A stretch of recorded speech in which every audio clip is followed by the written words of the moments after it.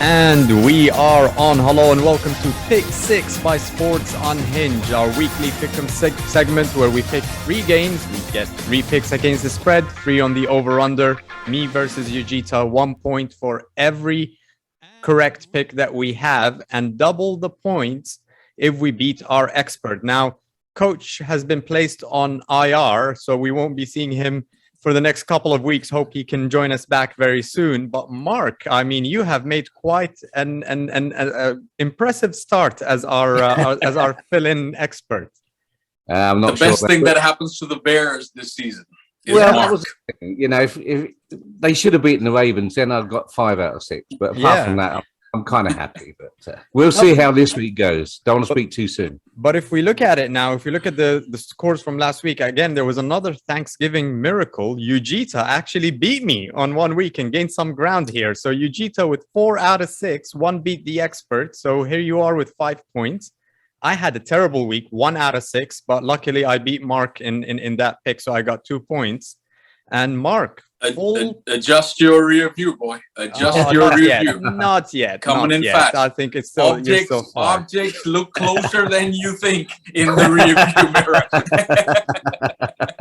But Mark was the impressive one. I mean, he got 3 out of 3 on the spread picks, and let's see if that kind of continues. So the overall score now is 57-46. I still lead by 11 points, and let's see how that goes. Okay. Long way to go. Long way to go. Let's start with game number 1. And all 3 games were picked by Mark, so interesting picks. Let's start with game number 1, the Pittsburgh Steelers at the Cincinnati Bengals. Cincinnati are 3.5-point favorites. The over-under is at 44.5. I'll get started on this one now. Cincinnati had a great win against the Raiders last week. The defense really showed out. It's a great divisional game.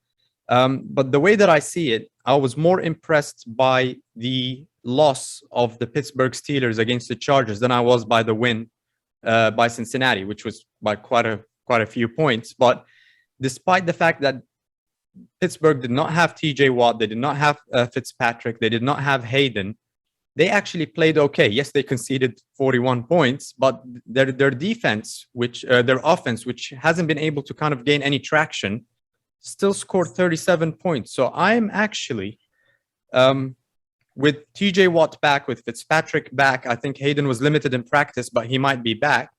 I actually think that this is the kind of game, the ugly kind of win that Pittsburgh has been doing quite a bit this season. So I'm going to go with Pittsburgh 31, Cincinnati 29.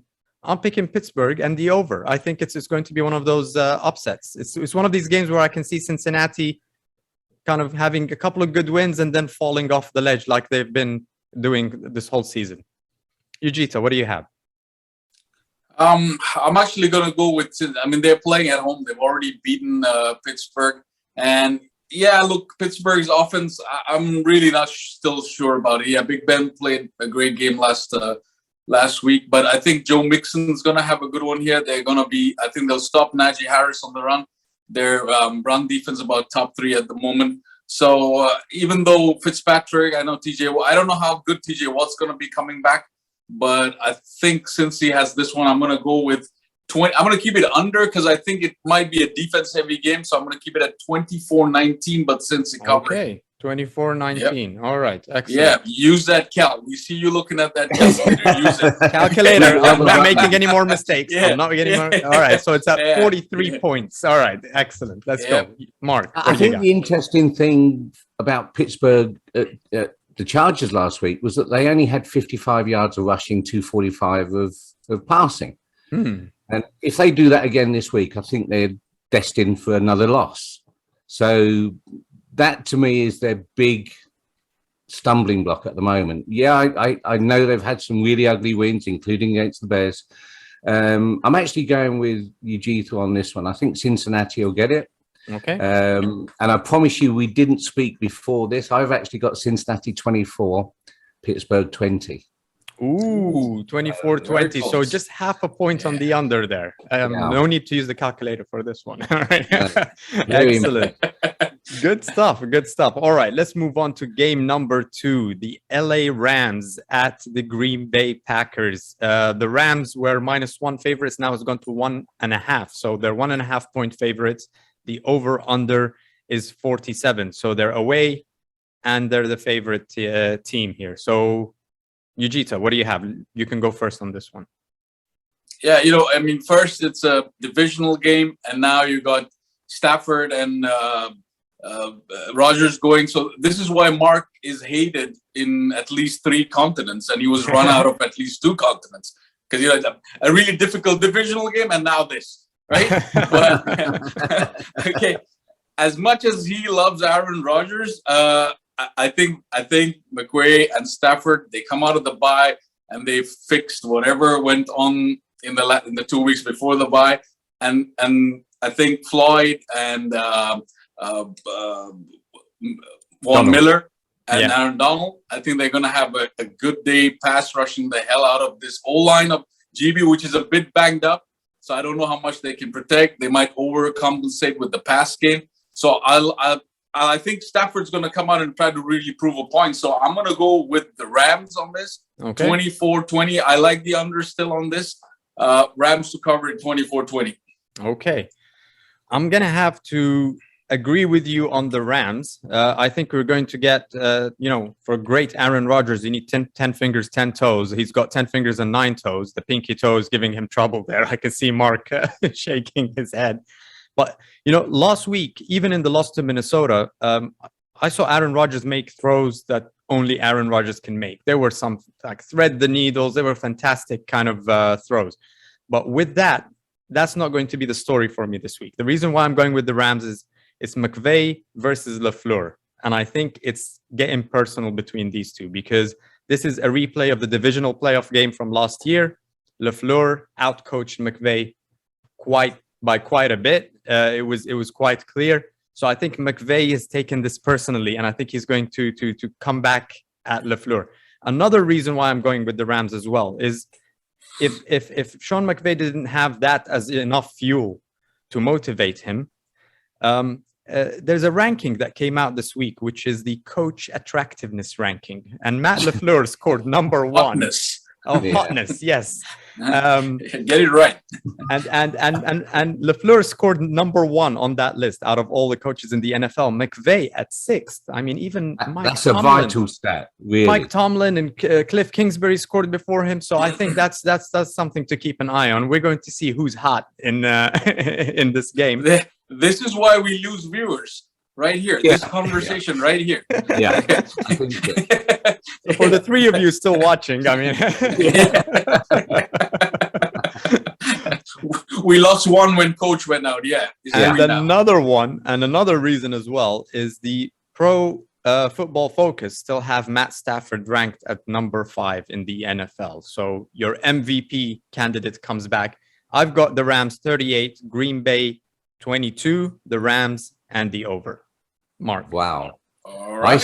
I seem to be pushing water uphill here then, because I'm kind of going against you. Oh, okay.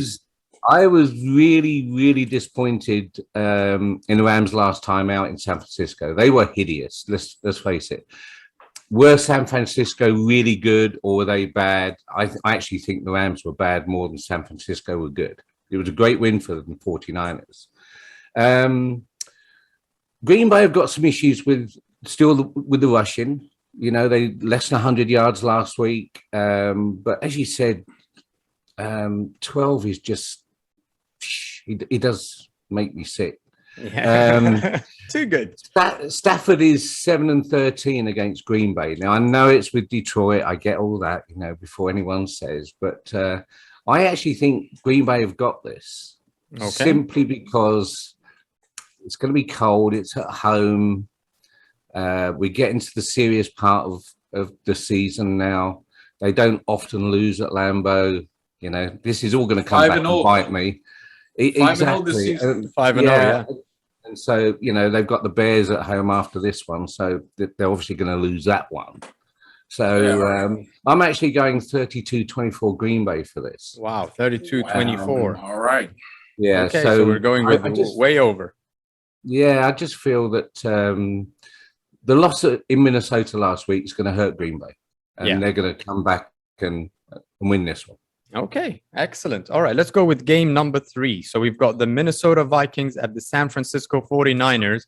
San Francisco are 3.5 points favorite. The over-under is 49.5. I'll get started on this one. I think for this one, looking at both teams, they're both 5-5. And I think there's a lot of similarities with the inconsistencies there. So I didn't really do too much of a deep dive here, but I saw that Kirk Cousins, I think we talked about this in the Thursday or in yesterday's episode, he's not getting enough love. Now, in Pro Football Focus, he's actually ranked number 4 ahead of Stafford. So he's actually also in the top 5.